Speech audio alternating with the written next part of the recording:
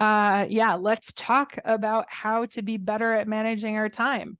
So our focus this month inside of the Coaching Collective is all about intention and creating more intention in our life. So if you didn't happen to check out our life coaching session from earlier in the month, I highly recommend that you do so. It was all about creating a life by design, which of course is very intentional. So go in, check out the recording, download the workbook. The workbook is really going to help you to map out that idea of creating a life by design. And today we're going to continue that theme of intention, and we're going to talk about time management.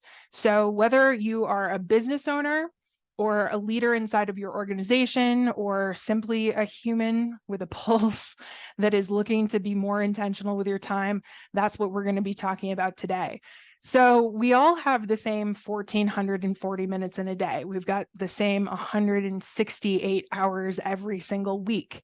So how is it that some people are able to manage their time and accomplish more at this higher level in what seems like less time? So the answer might surprise you, but before I get to the secrets, we're going to talk a little bit about how we can create some more structure for ourselves. So I want you to open up your chat.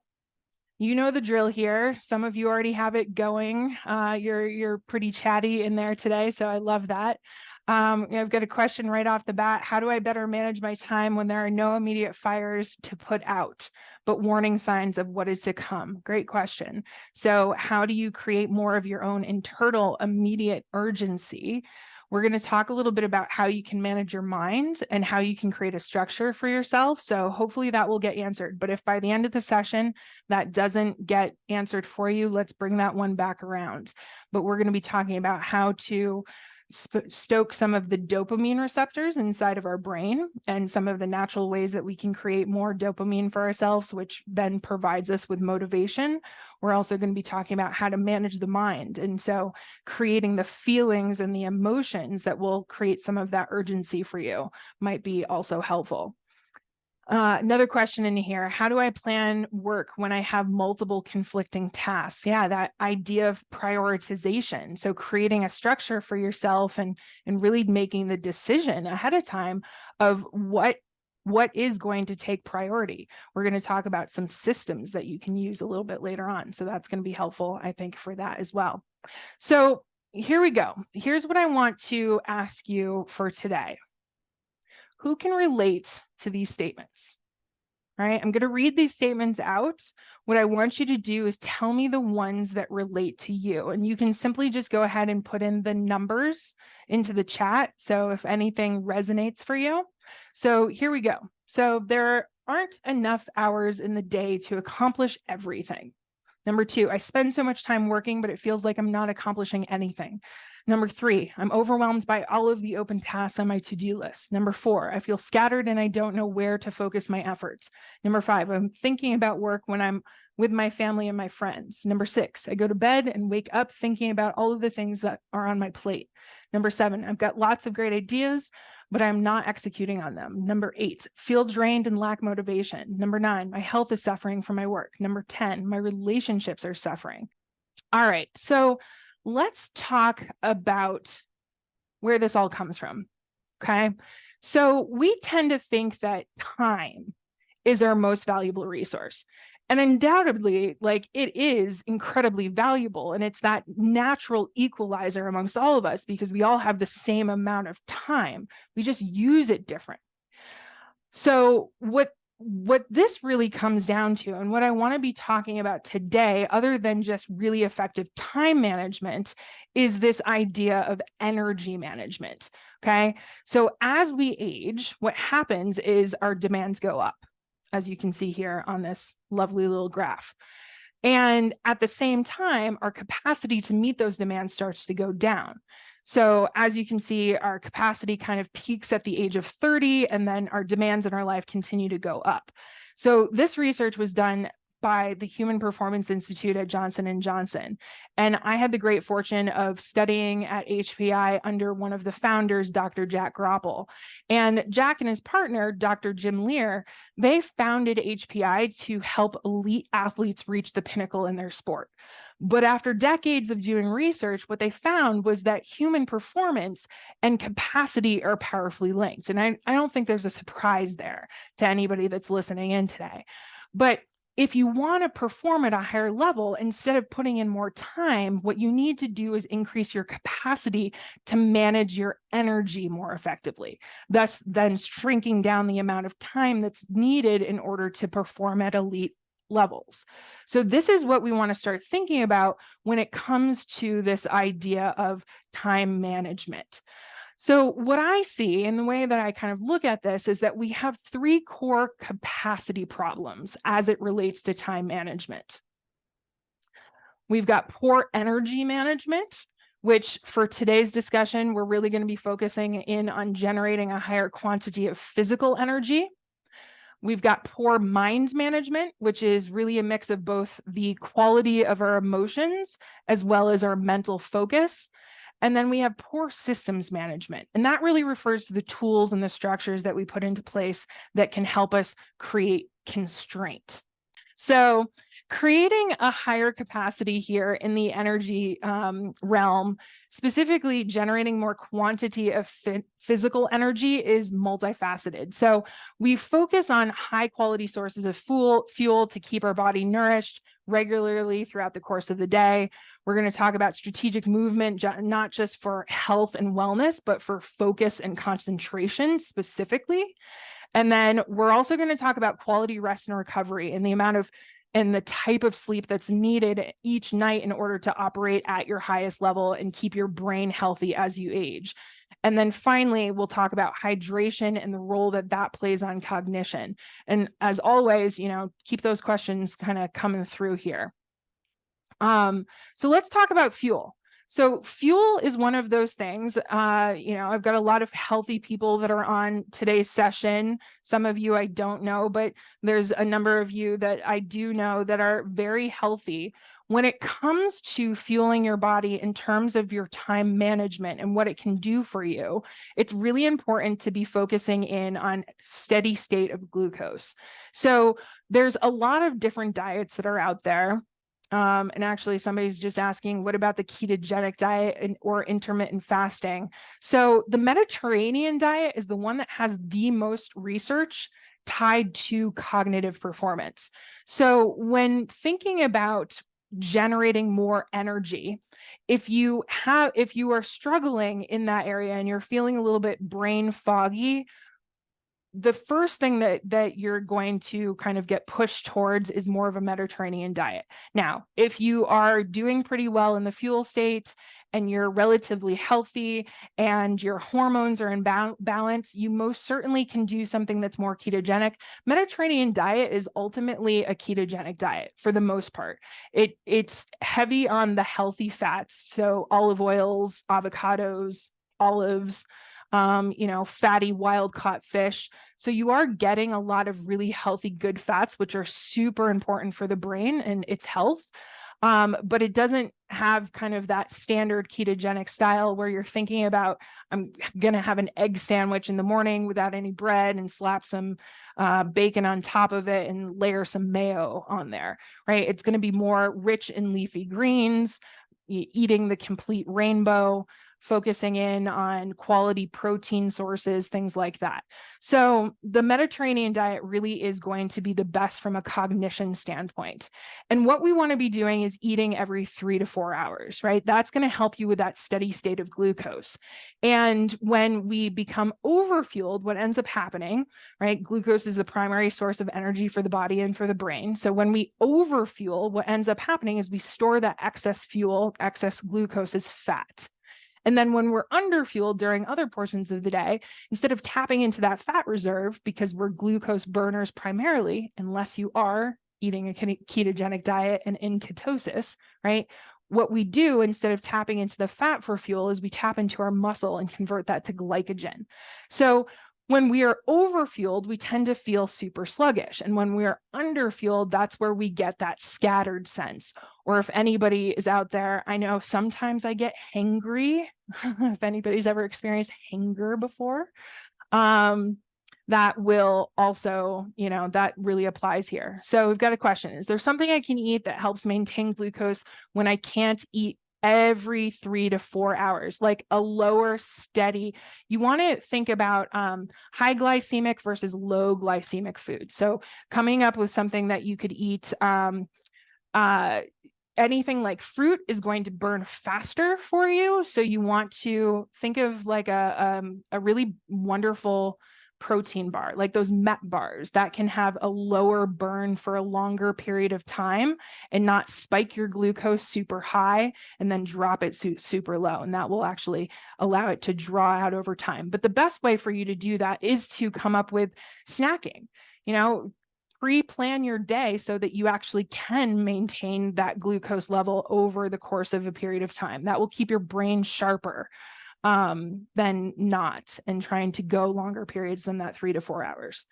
The other piece in here is gut health, right? So we know that there's more information about that gut-brain connection. So making sure that you are incorporating prebiotics, probiotics, fermented foods, that will help to improve your overall gut health, which will then create a healthier brain dynamic. And then avoid some of the quick fixes here. Caffeine's great. In fact, there is a lot tied to smaller doses of caffeine to help boost your dopamine levels and therefore increase motivation. But once you get too far over that threshold, once we start talking about multiple cups of coffee in a day or multiple cups of tea or any sports drinks that incorporate caffeine, that's where we start to get that high and then low crash. So we want to try to avoid any of those situations. Is there a way to tell without monitoring that my glucose is getting low, especially during longer exercise? Yeah, you're going to get dizzy. You're going to feel a dip in your energy. So one of the things that's important here is really starting to tune into your own body and starting to notice what your body feels like when it's been fueled properly. You might get crabby. If you're out exercising, that's going to be a little bit harder for you to know, but you might start cramping. You definitely will start to feel it inside of your body when that sugar dips too low. I would highly recommend getting a monitor and start wearing that. There's lots of glucose monitors that are out there that will help you with that these days. All right, so let's talk about movement. Movement and kind of the lack of movement throughout the course of the day. It's so common for us to be sitting for long periods of time, not standing up, not moving around. And when we don't move, our brains don't function properly. So again, if we're thinking about this from a time management standpoint, the more you move your body throughout the course of the day, the higher your energy is going to be, the more cognitively alert you'll be, and therefore you'll be able to stick to your tasks and stay in line with what it is that you want to do. So when we don't move, we're going to experience lack of motivation, lack of focus, general disinterest, and low energy.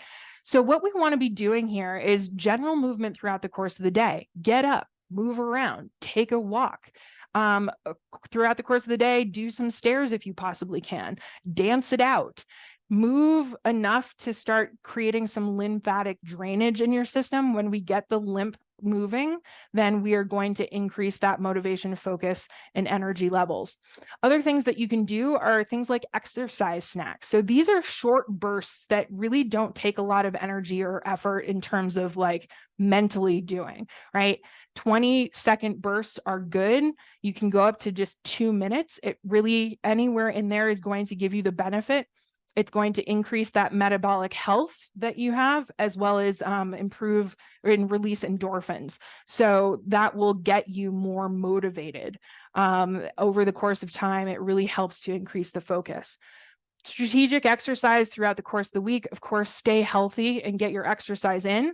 The core reason that we want to do this, not just from a metabolic perspective and maintaining healthy muscle mass over time and maintaining just a healthy lifestyle, is that it increases what we call BDNF, which stands for brain-derived neurotrophic factor. And that's a growth hormone inside of your brain. So what that does is actually strengthens the cells. It increases our plasticity. So it gives us the ability to operate in a place where we can switch more cognitively, going from one task to another, but also things like being able to have conversations with people that have different opinions and not being completely blown out of the water by it. So it'll increase our learning and our memory. So being able to move our body will increase that BDNF inside of our brain. Also things like stretching and maintaining a healthy nervous system. So again, movement is such an important factor here. We can reduce the amount of stress that we're carrying around just by moving our body. It's actually more effective than any drug that's out there on the planet. So the more we move, the better we feel, the more we want to stay engaged in the work that we're doing. It's easy for us to forget that sometimes and, just lose sight of these little things that we can be doing that will have a massive impact. So think about the ways that you can calm your own nervous system. We're going to be talking a lot more about that in a couple slides from now as well. All right. Let's talk about sleep. Sleep is one of those things that we know we need to get our 7 to 8 hours of really great sleep, but we don't necessarily know all of the reasons why. So for some of us, we do, but for a lot of people, that's where it ends, is like, yep, I'm supposed to get my 7 to 8 hours, but really, what is the impact that that's having? So when we break it down, what we want to be looking at here is to get through our sleep cycles at least 3 to 4 times throughout the course of the evening. So during that 8-hour time period, we're going to go through our sleep cycles, and there are 4 stages in our sleep cycle. What we really want to do is to increase our stage 3, which is our deep sleep, and stage 4, which is our REM sleep. And both of these stages are critical in terms of the healing and repair cycle, as well as the learning and memory retention side of things. So when we get through those sleep cycles throughout the course of the evening, we can find that we'll wake up and be better prepared to face the day and have better concentration and more connection to what it is that we're doing. I will tell you, when I wake up and I know that I haven't had a great sleep cycle, I wear the Garmin watch. There are so many other ways that you can track your sleep cycles and actually break it down and see how much time you spent in each one of those zones. And then you can start playing around with, what did you do the night before, before your head hit the pillow? What did you do throughout the course of the day that was contributing to the way that you're sleeping that night? So there's a couple of things in here in the chat. So I'm just going to pull this over. So choose a 4-letter word, then start with the first letter and list all of the words that start with that letter. I fall asleep in minutes. That's a good one. Stay cool. I don't sleep underneath the covers, but instead I use a light blanket. Yeah, so we want to keep the room like 60 to 67 degrees. That's kind of optimal temperature. Anything below that is going to cause us to have some restlessness. Anything above that is also going to create some restlessness. So keeping it nice and cool is really important. Yes, I don't sleep well. Binaural, isotronic tones in earbuds set low hertz and theta. Yeah, so those binaural beats, right? Binaural beats are an incredible thing that I've, was introduced to a little over a year ago, and that's completely changed things for me. I went from not being able to get myself into REM to now actually having really solid evenings where I get solid deep sleep and REM sleep. And again, because I'm tracking it, I know exactly what it is that I'm experiencing. So the binaural beats, the way that this works, for those of you that haven't experienced it, is that you want to listen with your headphones. And what's happening is bilateral stimulation inside of the brain. So in one ear, there will be a tone at a certain hertz level. And in the other ear, there's going to be another tone at a different hertz level. And the difference between those 2 hertz levels is going to be what creates the certain wavelength. Okay. So specifically, as you can see here, for deep sleep, you want to get delta waves, and for REM sleep, you want theta waves. So that's going to help you to maximize both of those zones throughout the course of the evening. some other comments here in the chat. So, ooh, I just made it real big. There we go. So meditate or remove screen time prior to sleep. Yeah. So again, what you're trying to do is get your brain into that place where you can relax and calm down and be ready to fall asleep once your head hits the pillow. So the hygiene that you have or the routine that you have before you're going to bed is critical. That's going to carry over into the evening. Even things like hydration throughout the course of the day. If you haven't stayed hydrated, which is actually what we're going to talk about next, you won't get as great of a night's sleep. That actually happened for me last night. So I wasn't super hydrated throughout the course of the day. And as a result, I woke up and my sleep score was pretty low and I was feeling pretty drained. And that had a lot to do with my hydration. A couple other things here. Make sure that you are regulating the time that you are going to bed, having a set time that you go to bed every single night and a set time that you wake up every single morning is really important in terms of creating a solid circadian rhythm. Another comment that's in here is blue light blockers in early evening to start allowing your body to shift into sleep with our natural circadian rhythm. Yes, absolutely. So limiting your blue light exposure to computers or screen time on your phone, that's going to be really helpful. There's also settings inside of your phone. If you want to get the night mode, you can also turn it into the black and white mode, which actually will help to reduce your interest in engaging with your phone. So that's another thing that will help you in terms of getting the high hit of dopamine from engaging with your cell phone constantly. So yeah, blue light blockers are super helpful. The other thing is getting natural exposure to light first thing in the morning. So in the winter, that can be really challenging, right? So things like a bright light machine, an actual light that gives you that exposure to the UV in the morning is really helpful in those dark months. But if you can get outside and get that sun exposure first thing in the morning, like 10 to 30 minutes of sun exposure without your sunglasses on, that's going to start your circadian rhythm and the production of melatonin. And what that will do is it kickstarts it in the morning so that when you get to the time that you're about to go to bed, you've maximized the amount of melatonin that you've built up in your system so that you can naturally fall asleep. Melatonin is what helps us fall asleep. Magnesium is what helps us stay asleep. That's why some people will take supplements. So that's really important for us in terms of maximizing the quality of sleep. Yeah, I love my UV light, especially in the winter. Yeah, it's a game changer.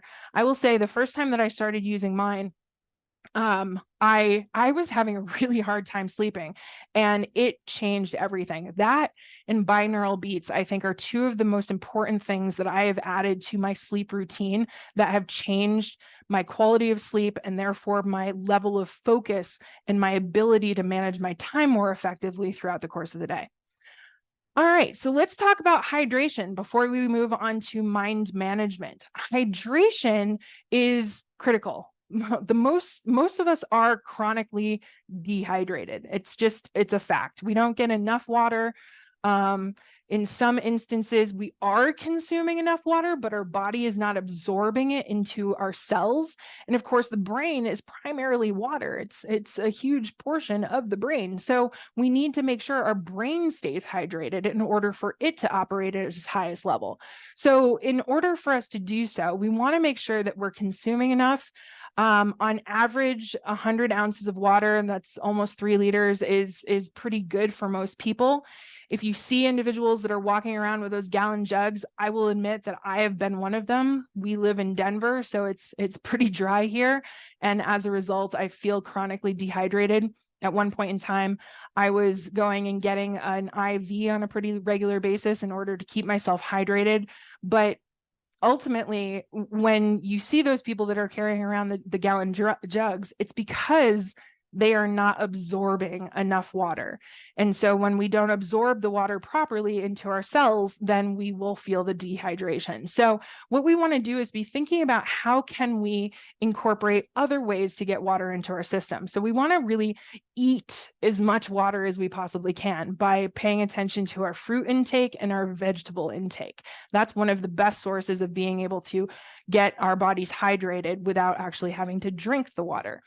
Other ways, of course, if we are, expending lots of energy through exercise, occasionally can supplement with electrolytes. The package, it's called Element, LMNT, is a really wonderful ketogenic source where there is no sugar that's added to those. One of the things that's really challenging with a lot of electrolyte packets is they're very sugar heavy. So you're not getting, you're getting the benefits of the salts, but at the same time, you're also getting bombarded with heavy loads of sugar. So it's not great for you. So you want to make sure that you pay attention to that.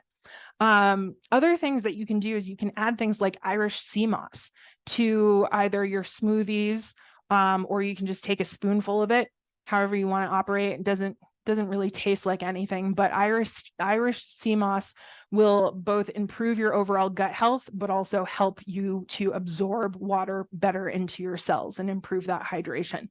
So again, thinking about this from an energy management standpoint, we want to make sure that we are taking care of our physical energy first. That's the first line of defense. If you aren't doing those things, then no wonder your brain is scattered and you aren't able to stick to a plan. The second thing is really paying attention to mind management. So on the mind management, this really comes down to our ability to manage the quality of thoughts and our emotions, as well as maintain our focus and our motivation over time.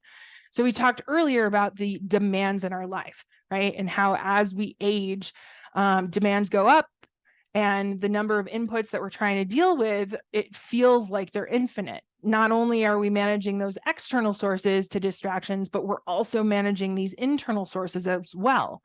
So let's talk about the internal first here. So our primitive brain really has evolved to keep us alive, as I said earlier.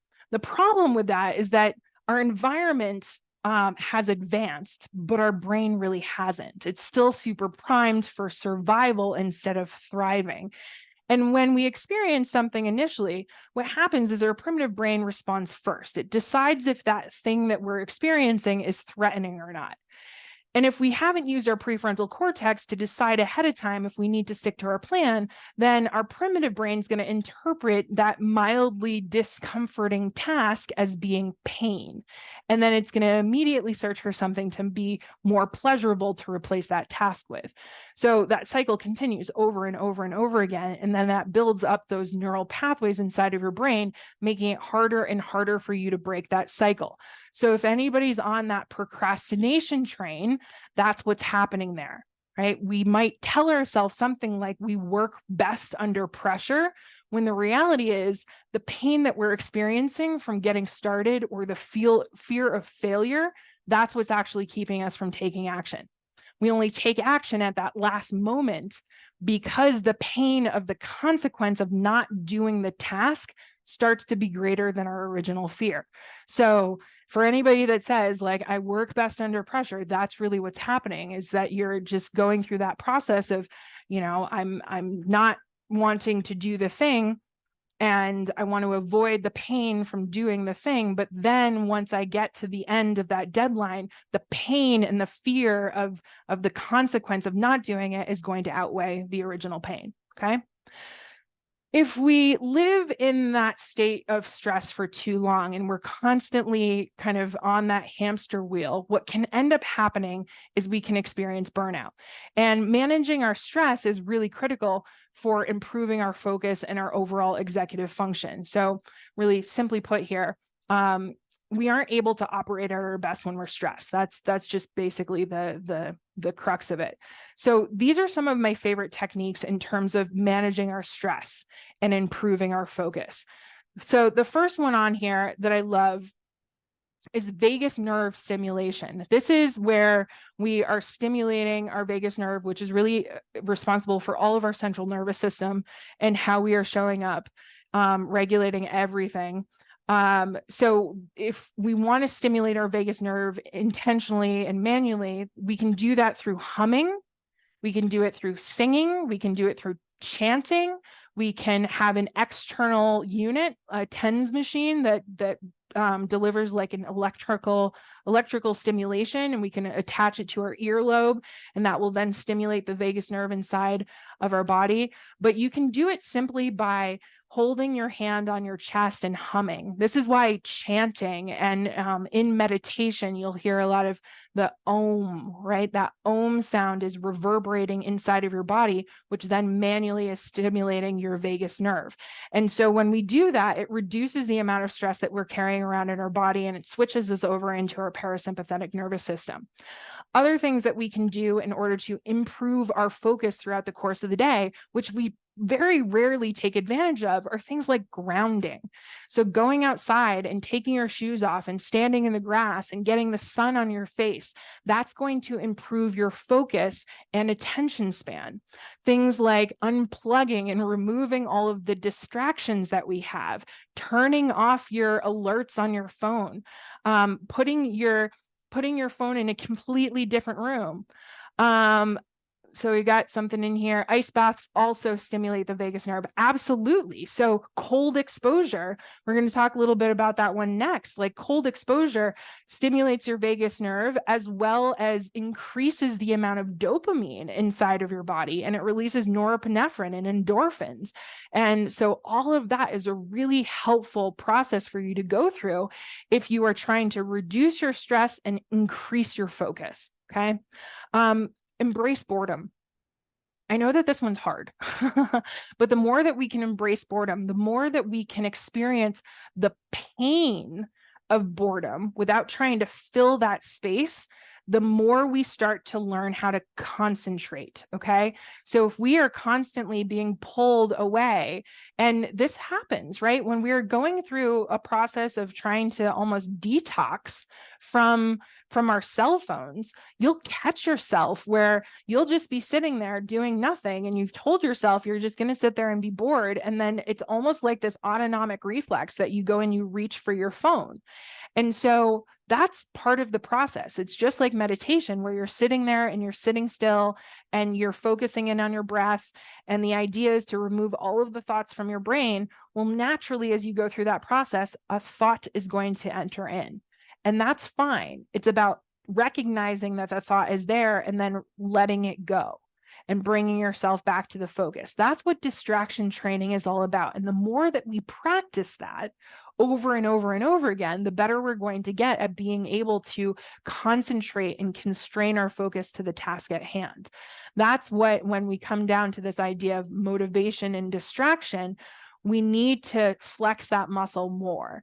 We are in such a high reactive society where we have all of these distractions at our hands, and we're giving into those distractions that we're just priming those neural pathways over and over again. So it takes practice and it takes time. Again, things like binaural beats. This one for stress and focus, instead of being delta waves and theta waves, we're going to look at alpha waves to reduce our stress, our beta waves to increase our focus, and then gamma waves when we're trying to do really high intensity, high level reasoning and thinking. Okay. So thinking about which one of those areas you want to focus in on, and then choosing the right binaural beat for your particular activity. All right.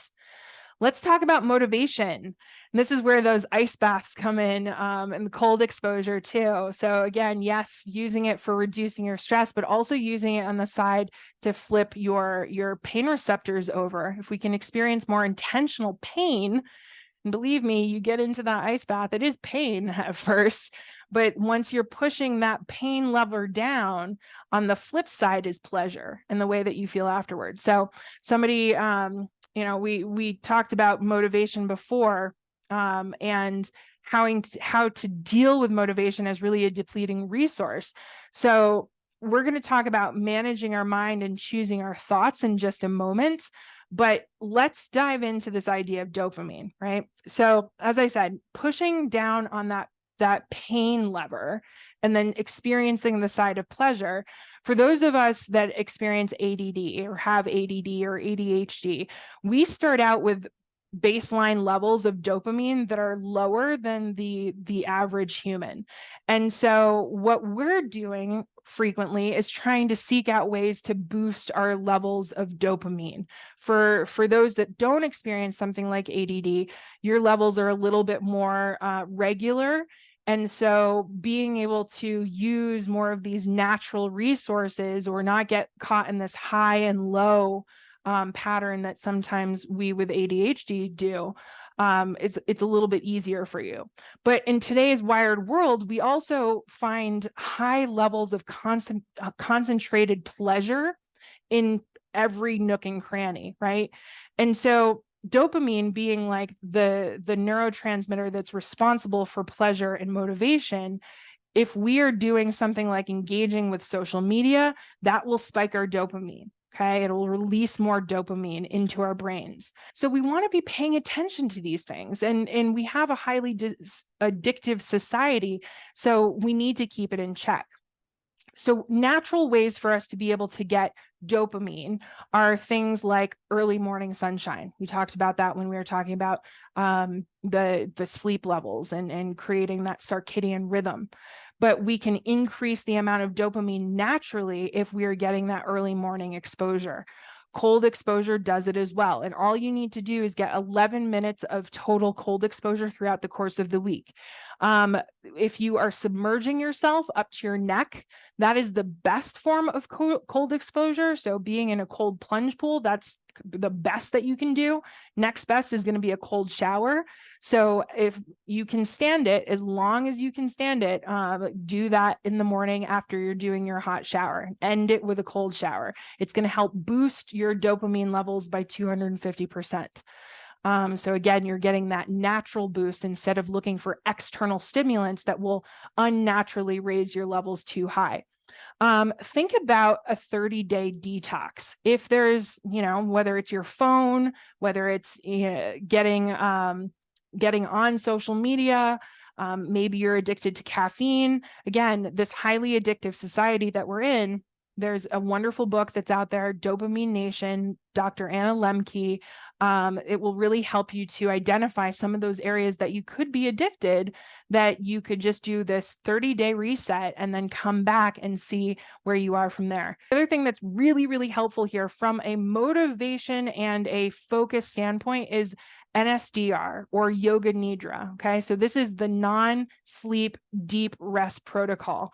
10 to 20 minutes of this throughout the course of the day, it will increase your levels of dopamine, therefore improving your energy and your cognitive function. So those are some natural ways that you can increase that dopamine. All right, let's talk about the emotional piece here. So I said at the beginning, there are times where you just need to kind of play through the pain. There's other times when I want you to be paying attention to this idea that our thoughts generate our feelings generate our actions, and our actions get our results. So if you're finding yourself looking at your calendar and you've got something that's popped up and you're supposed to be doing it right now and you don't want to, tap into your thoughts and your feelings. We have over 60,000 thoughts a day. So if we aren't practicing paying attention to our thoughts, it's really easy for us to just glance over them. So if we get really still and we start to notice even the sensation inside of our body, I think that a lot of us know what it feels like to feel overwhelmed. A lot of us know what it feels like to feel frustrated or defeated, right? You can feel where that shows up inside of your body. And when you feel what's happening for you, you can then ask yourself the question, what am I thinking that's causing this feeling? And if I'm feeling overwhelmed, it's usually something like, I don't have time for this, or I don't know where to start, right? Those are the thoughts or the sentences inside of your brain that are then causing you to feel that negative emotion. And when you feel that negative emotion, like overwhelm, then what do you do? What do you do? What do you do when you feel overwhelmed? I'd love to hear. What are some of the things that you're doing when you feel frustrated? What are the things that you do when you feel defeated, right? What are the actions that you take in those moments? Yeah, I do nothing. I shut down. Absolutely. So when you're feeling these negative emotions, you aren't going to take the action that you desire. So deciding ahead of time, using your prefrontal cortex, knowing that your primitive brain is going to get in the way and screw things up, and it's going to avoid the pain and seek the pleasure, right? It's going to completely throw you off course. So you've got to find a way. And mostly the way that you do this is by breathing first. So if you do some breathing exercises, you tap into deep breath work where you're breathing in for a count of 4 and then out for a count of 6, that longer exhale, what that's going to do for you is switch you from your sympathetic nervous system in that fight or flight state where you're just reacting or you're trying to avoid the pain, right? It'll switch you from that state into your parasympathetic nervous system, where you then can tap into and understand what's going on inside of your head.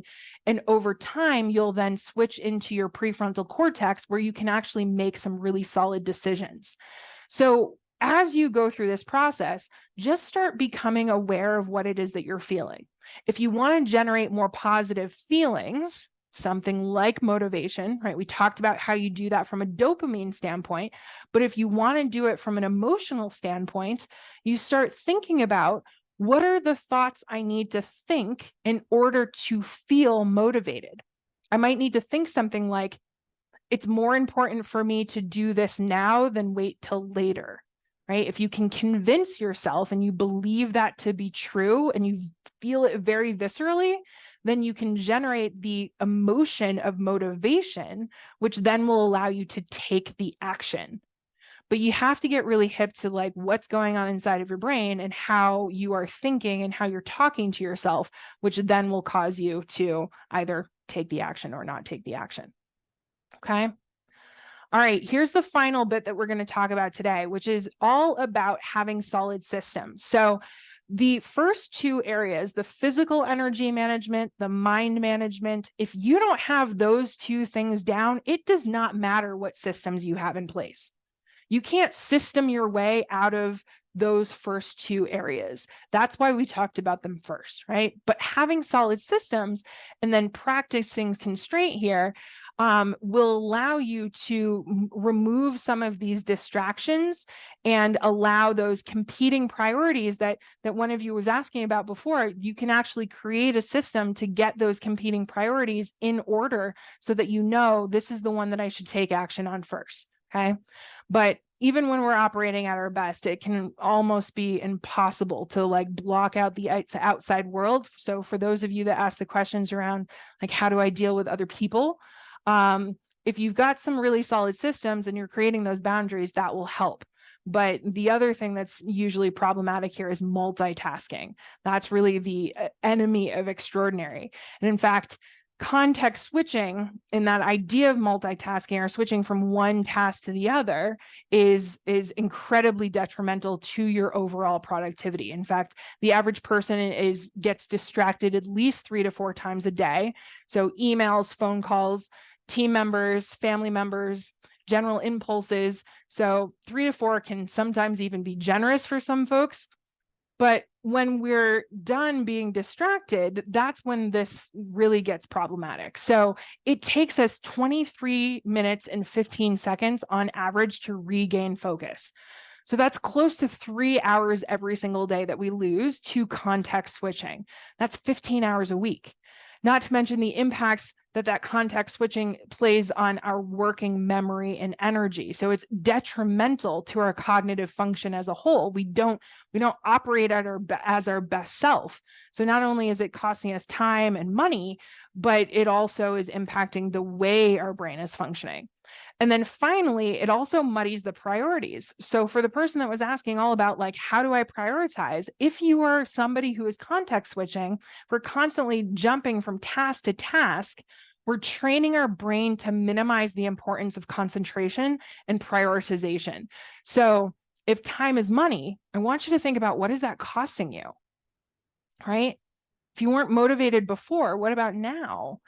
And we have to think about, what can we do to solve that problem? How can we stick to this plan? So the good news is there are strategies. So my favorite strategy on this list is creating a solid calendar. creating time blocks in your calendar, sticking to your time blocks in your calendar. Now, that can be challenging for some, but the way that you start with this process is thinking about things in terms of how long it's going to take you. Now, at first, we aren't necessarily great at thinking about it in terms of time and being accurate with how much time things are going to take. So sometimes we will overestimate the amount of time that things take. We will, especially if, we say that this thing is due in 2 weeks. Guess what? If you don't really sit down and create a plan for yourself and decide how long is it going to take me to accomplish that and then put it into your calendar, it will end up taking you the full 2 weeks. You will wait until the last second to do it. Again, that's because of that concept of pain and pleasure and that fear of getting started and that procrastination. So we want to get really good at sitting down and creating our list, do a mind dump, get everything out of our brain, and then decide how long does each thing take. I also want you to put stuff on your calendar that has to do with your personal life. So when you're first doing this, it can feel very constraining, but constraint actually creates more freedom. The more we put into our calendar, the more we just know that we have the time to do it. So if you start adding things in there like, here's the time that I'm going to be making meals. Here's the time that I'm going to be moving my body. Here are the breaks throughout the course of the day. Here are the personal tasks that I need to get done. You'll start to see literally how much time you have and the availability that you have, and you'll start over planning your time. Right now, for a lot of us, it's the problem that we have is we try to cram too much into the time that we have. We think that we have enough time to do it all, when the reality is, if you sit down and you actually look at the calendar, you don't. So this gives you the ability to really get clear about what you need to get done. If you've only tried time blocking in terms of the things that are immediately in front of you and the high level priorities, get even more granular, go deeper. That will help you through this process. Create time breaks throughout the course of the day. If you don't have systems to walk away from your desk, you're not going to take those breaks. So create the systems for yourself and make sure you are getting away from your desk. Say no. This is probably one of the hardest, but also one of the easiest techniques that you can use in order to increase your time management skills. Stop saying yes to literally everything. Again, constraint brings us freedom. If we have the ability to focus in on one thing at a time, we will actually get that thing accomplished in a faster amount of time, and therefore we can move on to the next thing. But if we are trying to bifurcate our energy and spread it too thin because we're saying yes to everything or everything is a priority, then we're not going to be able to operate at our highest and best level. So creating some of these tools for yourself, picking one or two things off this list, will be a way that you can create your own toolkit. All right, so I'm going to leave you here for today. We talked a lot today about all of the different systems. First and foremost, I want you to remember that you're human. Okay, we don't have to be perfect in any of the things that we're talking about today. If we want to just improve, pick one or two, start working on them, see how you do. Know that procrastination is typical. You aren't a unicorn if you find yourself in that space. We all fear the pain of getting started on certain things. We have to practice in order to get better. We have to feel and kind of push through that pain barrier in order to come out on the other side. So with that, I hope that you enjoyed our session for today, and I look forward to seeing you all next month. All right, again, have a wonderful rest of your day, and we'll see you next month. Thanks so much. Take care.